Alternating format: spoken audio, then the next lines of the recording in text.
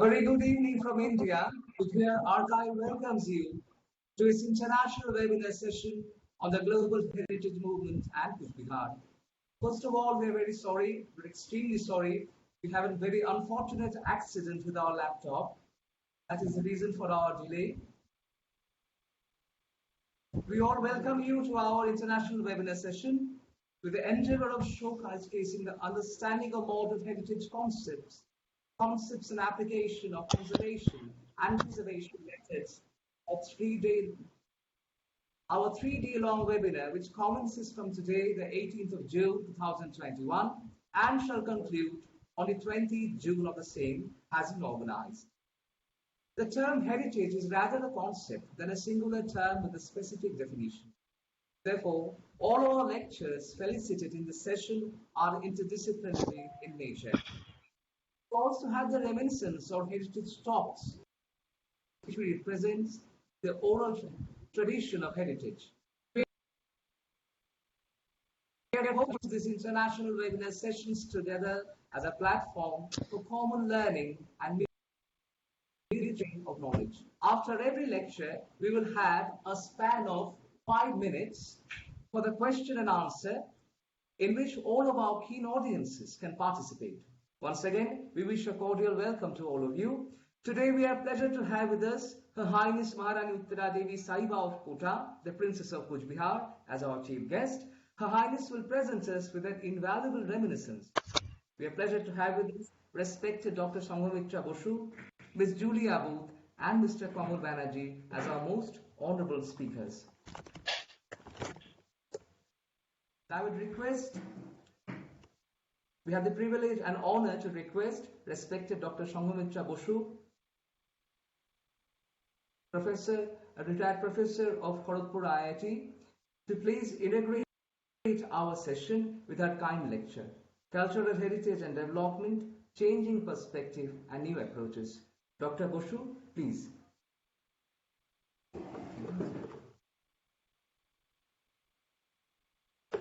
I'm trying to share the presentation. Thank you.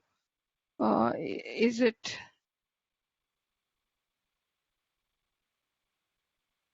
Please allow me to share the screen. Yes, ma'am. We have granted permission. Please, ma'am. Is it visible?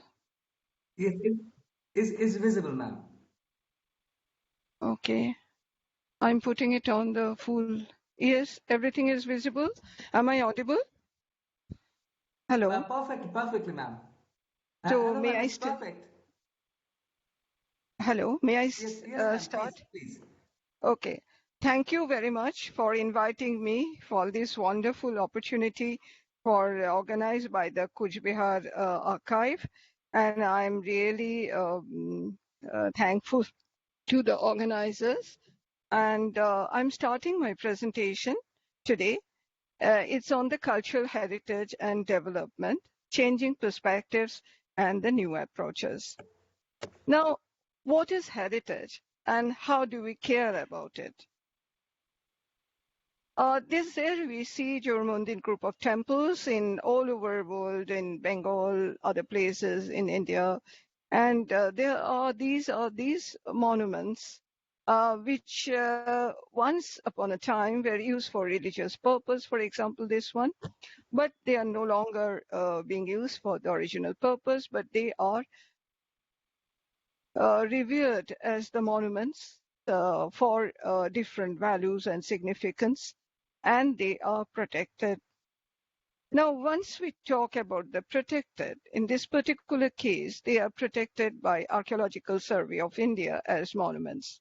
They're well looked after, but they have a discontinue with the community, because there are certain rules and regulation. Obviously, they are for the benefit of to preserve this structure and to prevent any damage and other things. So what is happening is that there are certain rules and regulations, and which take care of these monuments and prevent them for any undesirable activities. And now these are certain all over India. I think more than 3,000 are ASI protected monuments of different types and categories. Most of them are not living heritage, but some are. And there we see Konark, the Sun Temple of Konark, which is an UNESCO World Heritage Site. I will talk about that later on. But again, it is not only it's protected by ASI, but it is of World Heritage status. That means it is important because of its value and significance, different is artist, historicity, architecture. It is of outstanding universal value. And of course, there are a lot of visitors who come to visit the site. Again, they are no longer living heritage. They are as just monuments. Of course, they serve a purpose, like the Konark Dance Festival, which is an international cultural event. And against the backdrop of this wonderful structure, there are a few days long different artists from all over India and visitors come from all over the world. So this has a purpose to sponsor, to facilitate, to promote the culture of that region. But in addition to that, being a World Heritage Site, it also attracts a lot of visitors. And because of that, as you see outside the premise of Konark Temple, there are long avenue and there are bazaars and shops, merchandise being sold by the local community of different things. And of course, it means business and it does help the local community and to promote their livelihood. So it does really serve not only the cultural benefit, gives a cultural benefit, but also economic benefit to the community. However, because it is a World Heritage Monument, there is a protection of a different level, as you can see the gate. So that means it is no longer a part of the community, not an integral part of the community, and which is probably necessary because to protect the heritage. Now, when we are talking about this heritage, we are talking about the fabric, the material fabric of this wonderful temple. Now, is that the heritage? Now, to understand that, because I mentioned about the UNESCO World Heritage, let's talk about, or let's see briefly, the conservation movement and the various approaches, how they started, what does it mean? What is the genesis of the World Heritage Site by UNESCO? In 1964, there was a charter, International Charter for Conservation and Restoration of Monuments and Sites, which is popularly known as the Venice Charter. It's almost like a Gita to the conservation people, where for the first time people came and they formulated certain guidelines, the do's and don'ts for the World Heritage. Not only for the World Heritage, the heritage and conservation of different types, archaeological sites, monuments, structures, and others. And there are people in the related discipline from all over the world who took part in formulating the Venice Charter. But even before Venice Charter, there were monuments, there were structures, there were others. So let's see. And if you talk about the Venice Charter and now today, the conservation approaches and the movement has really evolved because it's really a dynamic process. So let's see a quick look of the different approaches and how the conservation movement has really developed over the years from 1500 AD to now, today. So it's a quick look. I will take each one very quickly. The traditional approach, the rediscovery or discovery of historicity of monuments, historical restoration, conservation movement, scientific restoration, modern restoration, conservation, and finally, the sustainable development. So let's take a look. The traditional approach, which is always there, even before that time, because when the people were there. There were the structures, temples, houses, structure, monuments, which were valuable for the community.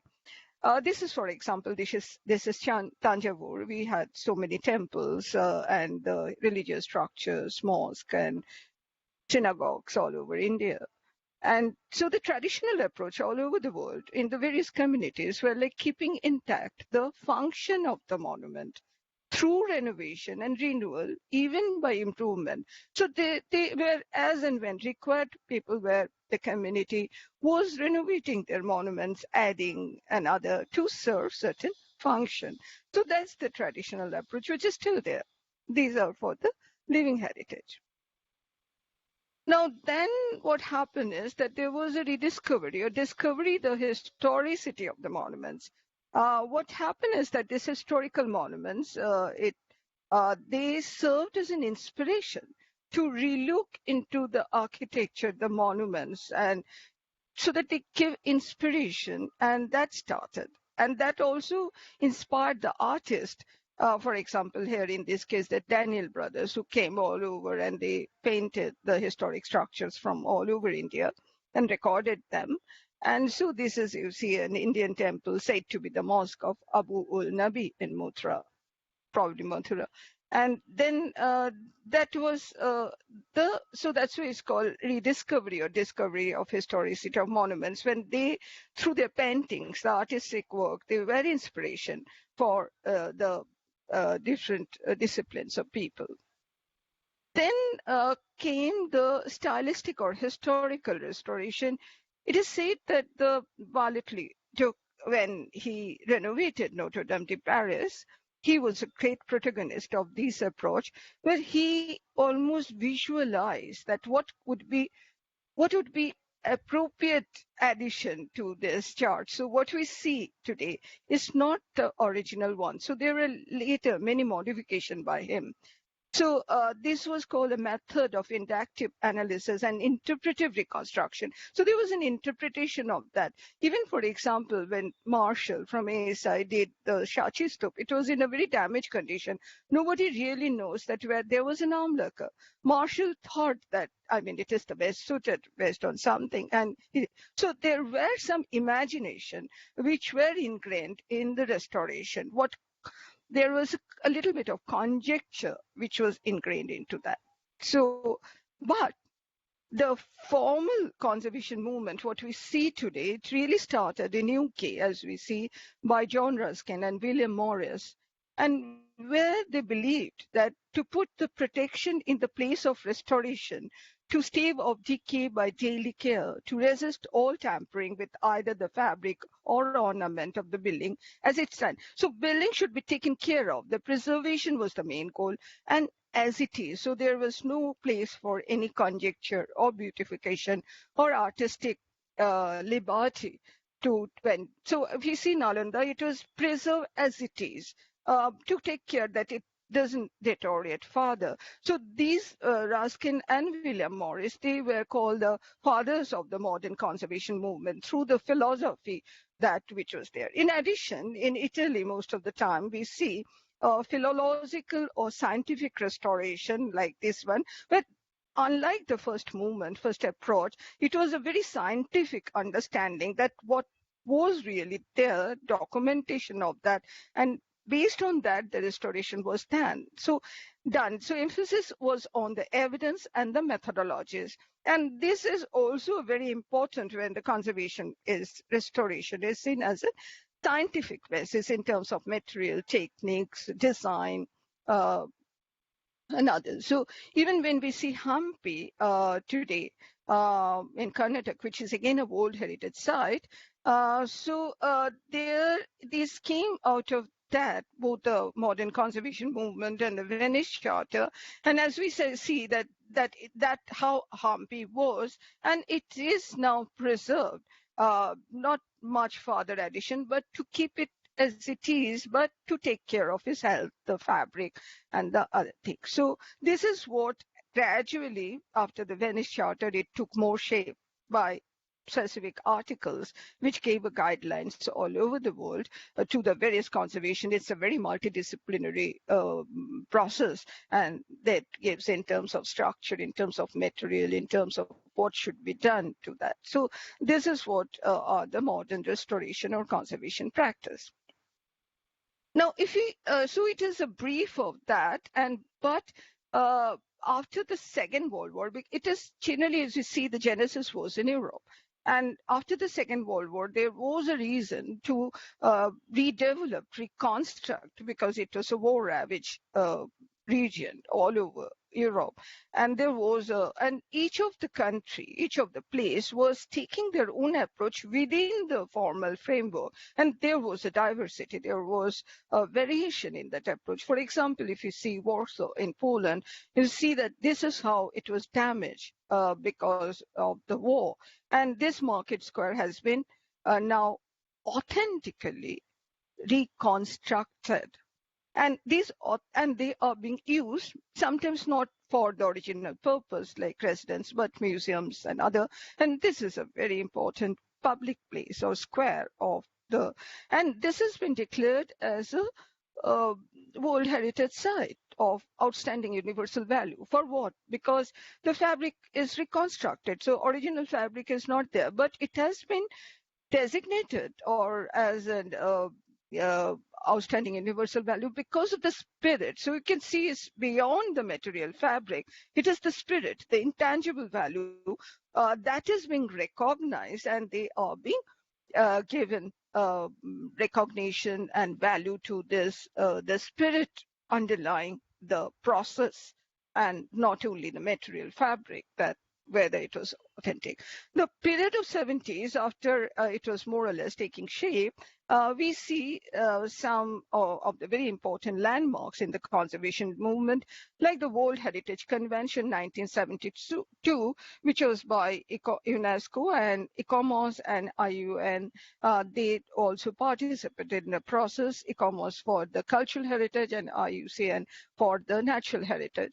So World Heritage Convention, they really formed the framework of starting, because it started with the Abu Simbel restoration process, construction process, and then where the people from all over the world, experts, they came and helped to reconstruct Abu Simbel project, which was endangered by the flooding because of a dam which was being constructed. And this World Heritage Convention really started playing a very important role to set the framework, the operational guidelines for heritage all over the world. Now, when we talk about the World Heritage World, it's not one type. There are varied types. There should be the criteria. So gradually, when it started, the more challenges started coming up. And then we understood that it is not only the monument which is important, but the historic areas are also important. So there were recommendations for that. And there were the Amsterdam Declaration, which 1975 talked about the integrated, how to integrate, because it's not always monuments, it's a living place. So living heritage, how to integrate the monuments with the surrounding habitat. So Amsterdam Declaration set some guidelines for that. Then there was a Congress on European Architectural Heritage and Council of Europe. There was a European Charter for Architectural Heritage. But policy documents started broadening the concept of what is urban heritage and what is integrated conservation. Now, when we are talking about integrated conservation, it's really talking about the monument with the surrounding area, which is a living heritage, the township, the settlement, the people, their lifestyle, their activities. And that's why not only the urban, rural areas also started coming. Now, let's see, it's the conservation of a heritage area. It is York. Which is one of the 5 cities which was earmarked to set a framework that how these historic areas should be, because they cannot be frozen as museum. They have to leave. There are people who are staying there, the visitors who are coming. And there is that the York Minster, which is really very important in their not only artistic but in a symbolic value also. So it started. There were so multiple layers where there in terms of activity, economy, the people's users and others, and it started the normal habitat. It's it needed some sort of a change. So how to integrate the change and the development? So this, one of the 5 cities was this York. Now, if you clearly took a timeline of the conservation movement, so there was the Charter of Athens even before the Venice Charter. Then there was the European Cultural Convention in 1954. 1963, as I mentioned, was the Venice Charter. 1972 was the Convention of Concerning Protection of World Cultural and Natural Heritage, which started this World Heritage. And then 1992 Rio Declaration, 1994 NARA developed document for authenticity, and 2011 the Valletta Principle recommendation on historic urban landscape. We'll talk about that. But so as we see that, so there was, it's a very dynamic process, and it's from the Venice Charter, and before that, when it was being formulated, there were, sometimes they're talking about the vernacular heritage, the Florence framework charter, look about the maintenance, conservation, and restoration of the historic garden. So as and when the challenges and issues started coming up, there were various charters which set the guidelines and the framework of that. Ultimately, there was a Borough Charter, which provides, it was for Australia, provides a framework for understanding studies and reporting and heritage management, which is actually done by Australia ICOMOS chapter, popularly known as the Borough Charter. It was done in the context of Australia, but it's also now regarded very internationally valued. And but in Borough Charter, what happens, the values and the significance and the scientific assessment that what is the importance, what is the value ingrained in these cultural edifices or the landscape or the areas or the sites became a very important starting point for understanding how to protect and preserve the heritage. If you come to the Hampi once again, so this is well preserved, and it's not one structure. There is a huge area. It was almost a capital of a kingdom with the natural landscape and others. So it's now a World Heritage. So it has its own guidelines. It has its own rules and regulations and framework which have to be satisfied to stay in that list, and which is very prestigious. It attracts a lot of visitors and tourists and others. What happens to the people, the local community there? For example, if you see that this is the market area where people started developing, the people who are the local people. And at certain point of time, they were evacuated from that.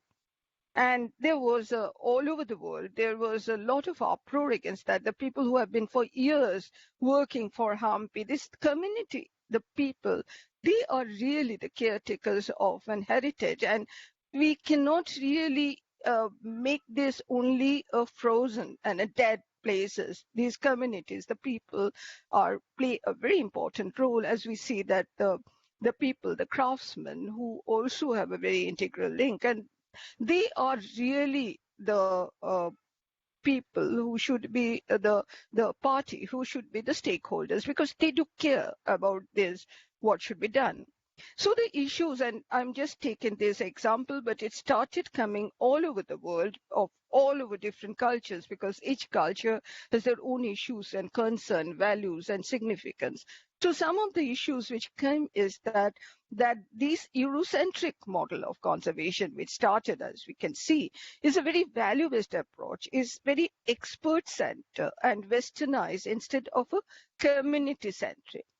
Attribution of values and systematic assessment of the Western model that dominated the practice of the heritage management across various countries. And heritage management, largely in this context, is a top-down process through legislation, especially in countries in Africa. So there is a gap. And that was being understood. And there were resentment and there were issues which are cropping up. And we can see here the Potuas, Potachitrukas, and the people who are the local villagers who take care of their heritage. Sometimes they don't have the technical expertise or financial resources, but they care about that heritage. So that started becoming very evident from all over the cases. And that ultimately, I'm making it a very brief, it started actually a new approach to look at the heritage. And we started talking about sustainable development and an ecological approach, which is the heritage is no longer the fabric, the physical fabric, but it becomes a resource for the sustainable development, not only the sustainable cities and communities, but the various criteria like even the gender equality, inclusive, the well-being of the people, and the climate, all of these which were a part of the sustainable development are very important when we talk about the heritage.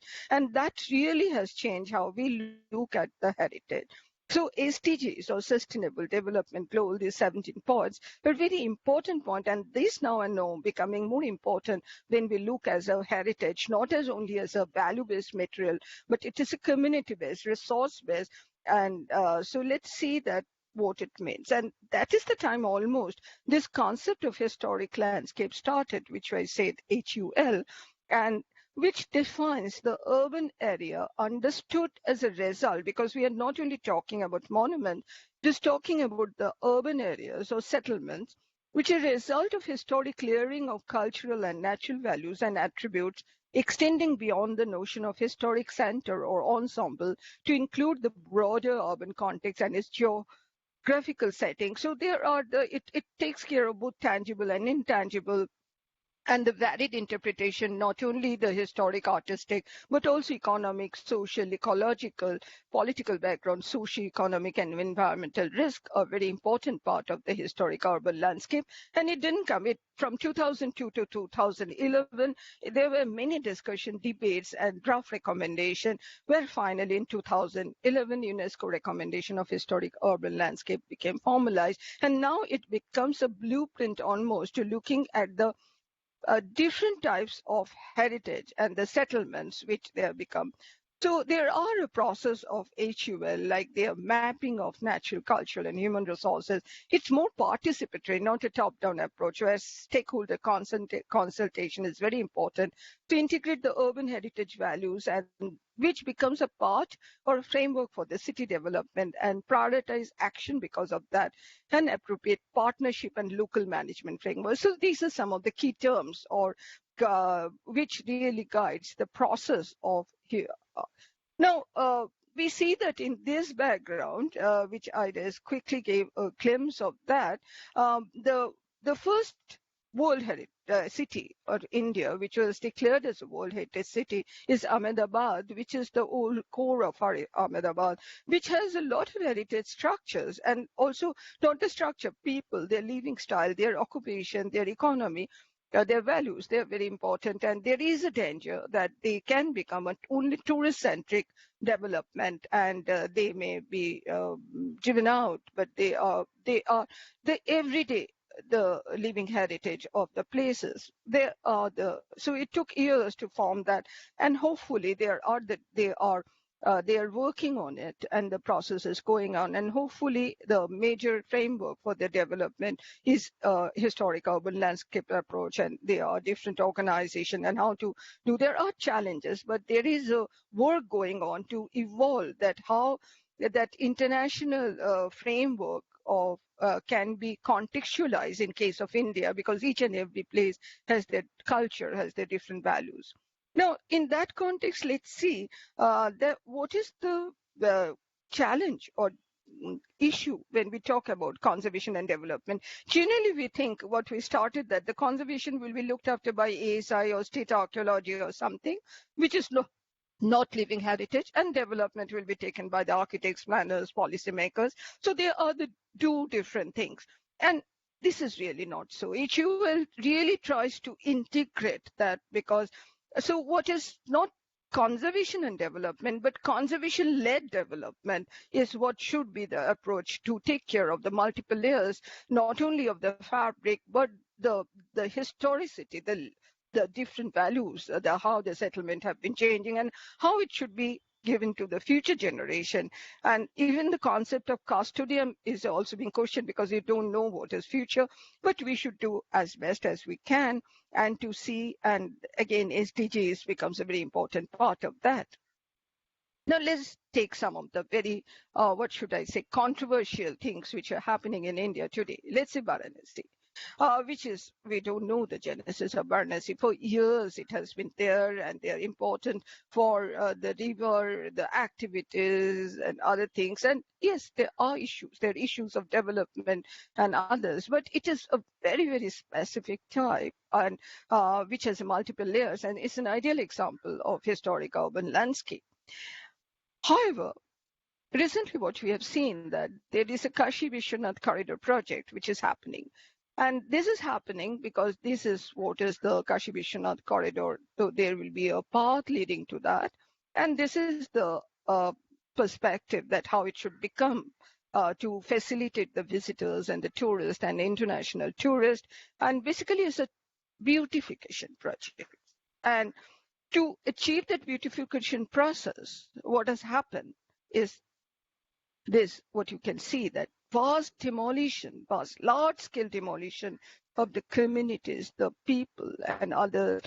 These gullies, what we know about Benares, and how with their all, not only the physical fabric, however inconvenient it may look from outside, but they are developed because of their own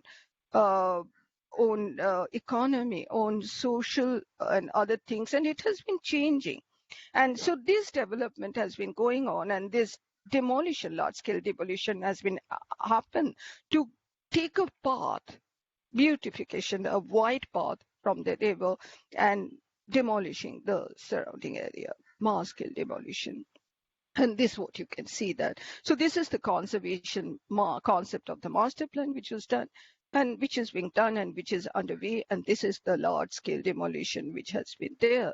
So this is what is where the conservation and development, they are going into two different directions. And mostly for taking the benefit of the area only on some aspects, but not only seeing it as a whole. And not the historicity, not the others. There are other approaches which are there, there's so many examples if you look at this. So it's a very top-down approach for only a very, very focused viewpoint to achieve that. This is also, we know, the Central Vista project, which is Delhi, which is being done. There is a lot of issue now. You can see that it's a 20,000 crore. Now, this was done, which is the Latins Delhi, and there's a lot of landscape, and the old parliament and the new thing is done. And a lot of buildings are being demolished, though the North Block, South Block will be retained, and the old parliament will be retained. But what is really of concern is that the process hasn't been followed. I'm not going to say what should not have been done or other, but the process of that through which the heritage impact assessment to explore that what is the value and how much it could have been reused or could have been upgraded to save that huge monetary public fund. Not only that, the North Block, South Block will be converted in a museum, which they're not used, not intended for. The parliament will be used as a museum. Many of the new buildings are being demolished, and many of the trees, the entire environment is at stake.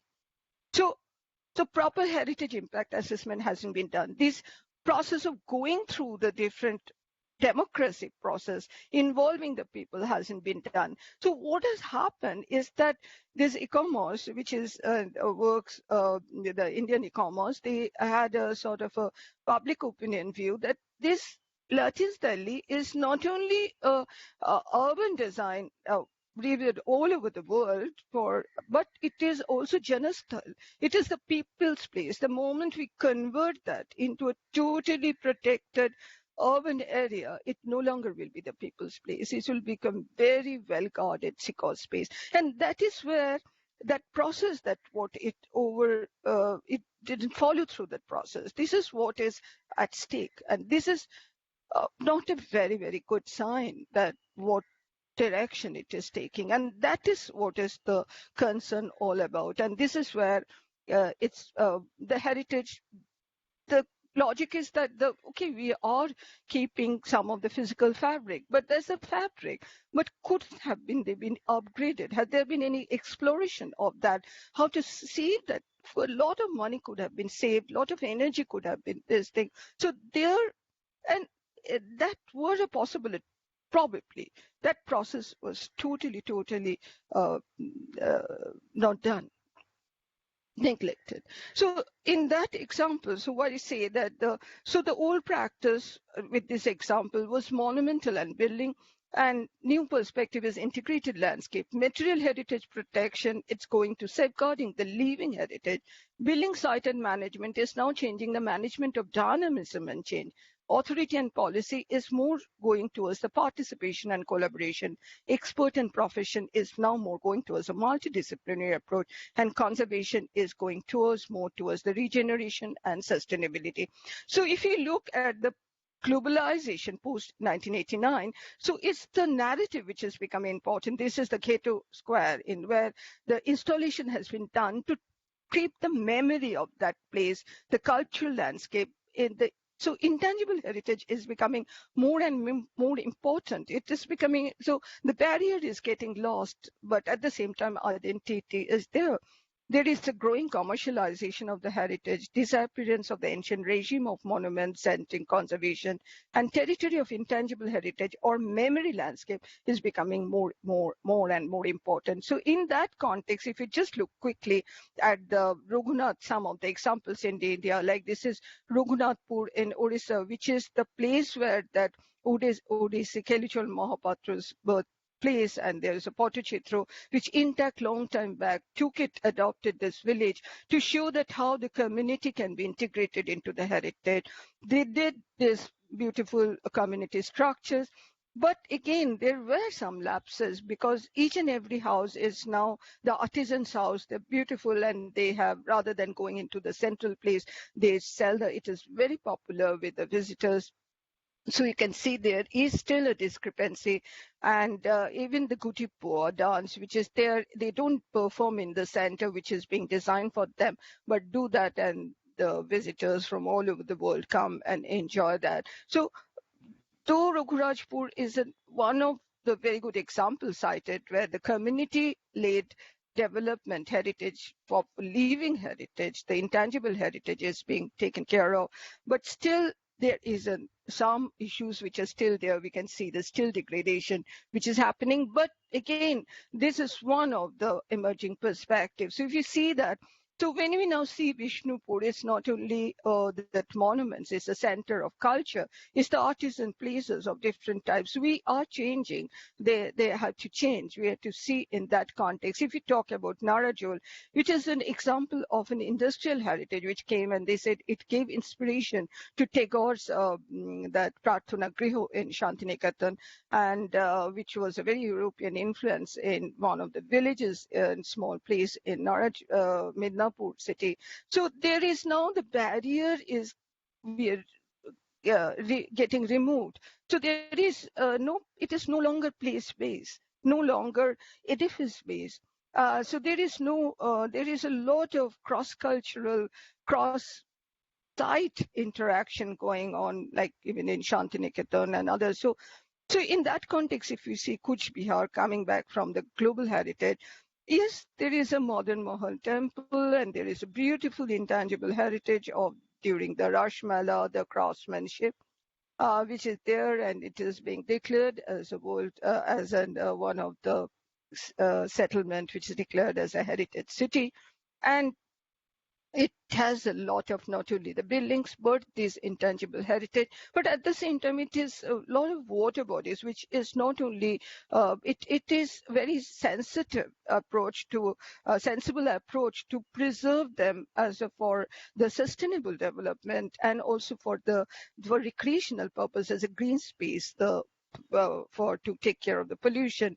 While on one hand, the rituals are still continuing the ghats and development, but at the same time, we see that there are the melas, and though there are the traditional merchandise, but there are the new development which is coming. And that is what is an integration of all. And that's how the heritage moves on, the intangible heritage. And that's integrated has to be integrated with the development and the well-being of the community with an inclusive way. And this is no longer we are seeing heritage as a physical fabric and a monument, but we are seeing the heritage now all over the world is being seen as a narrative. and narrative which is covers all aspects and to integrate the heritage and the development, which is contextual, but within the global framework. Thank you.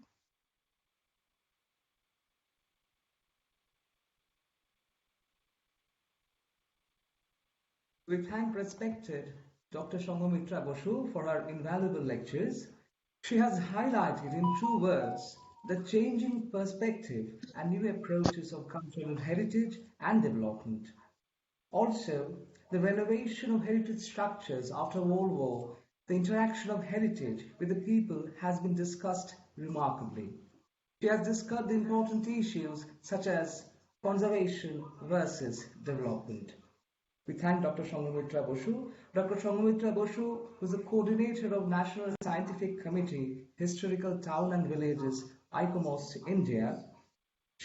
We are privileged to say that she has also been associated with Cooch Behar for declaration of the Cooch Behar town as a heritage town by the West Bengal government. We thank Dr. Sanghamitra Basu once again. Now we would request our keen audiences we will just move on to our question and answer session. If you would just please put on some questions, we will try to communicate with our respective speaker. Thank you.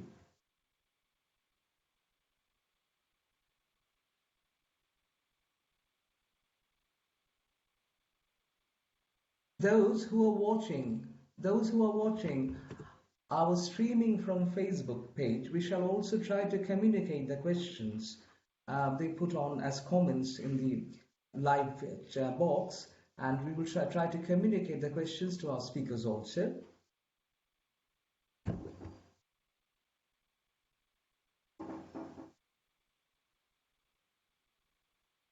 Dr. Sanghamitra Basu, who persecuted her studies in New Delhi, Kolkata, IIAS York, at the United Kingdom, and the Royal Danish Academy, Copenhagen. Presently, she is a retired professor from the Department of Architecture and Regional Planning, IIT-Kharagpur. She has over 35 years of experience in teaching and research guidance and consultancy projects in the field of heritage studies and preservation of historic areas, quality of life, housing, and neighborhood planning. She has several publications in journals, chapters in books, monographs and papers presented in international and national conferences, and authored over 60 technical articles. She has also organized several training programs, such as online courses on architectural conservation and historic preservation as a part of National Program on Technology Enhanced Learning, and was host faculty of courses on heritage management and heritage and disaster management under global initiative of academic networks supported by MHRD, Government of India.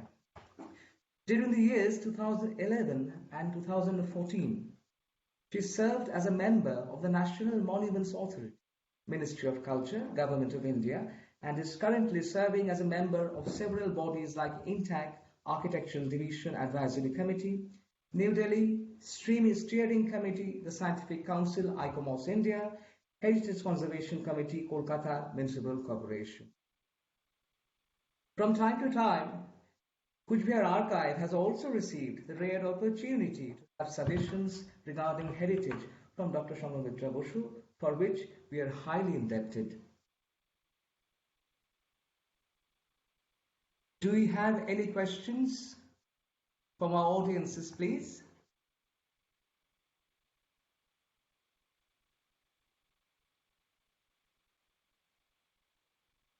It doesn't look like there is any question, Rishikalpo. So I think can start with the next presentation. And thank you, madam. Thank you very much for your invaluable lecture. We offer you a cordial thanks. Thanks for being with us. Thank you. Thank you once again for inviting me. Okay.